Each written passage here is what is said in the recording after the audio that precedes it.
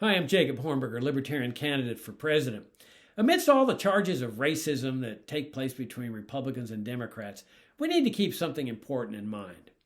And that is that Joe Biden, Donald Trump, Ron DeSantis, and other Democrats and Republicans all favor the most racist government program since segregation, and that's the war on drugs.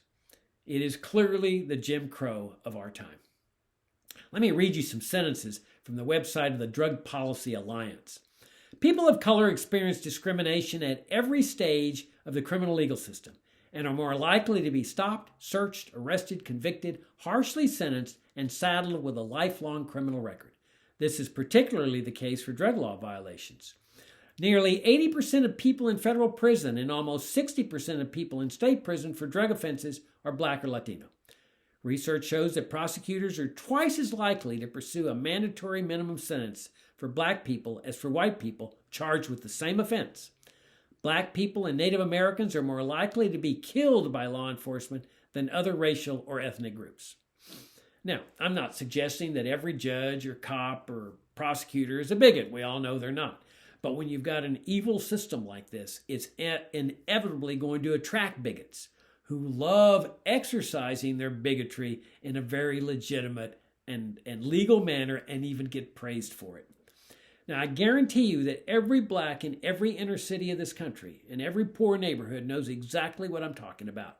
They've experienced the no-knock raids, the humiliating stops, the arbitrary stops, the pat-down searches, the ridiculous questioning. If they know that if they don't submit and be respectful, they'll get beaten up or even killed. They've got asset forfeiture laws that entitle the DEA and the cops to steal money from Blacks traveling down the highway. Now, I can understand why Blacks would not want to support Donald Trump or Ron DeSantis. The Republicans have always been the fiercest advocates of the war on drugs. Trump's already announced that if he's restored to the presidency, he's going to seek the death penalty to drug law violators, apparently denying Blacks the right to vote with a felony conviction for a drug law violation is not good enough for him. He wants to now get the death penalty. And he even holds up communist China, of all things, as his model. But it's not much better with Joe Biden. He's had 3 years to introduce a bill into Congress to end drug prohibition, which is what needs to be done. Look how far back this government program goes. Look at what they did to Billie Holiday. Okay, she was a drug addict, but what business is that of government? Drug addiction and drug abuse belong in rehab centers, not in state and federal penitentiaries, and they destroyed that woman.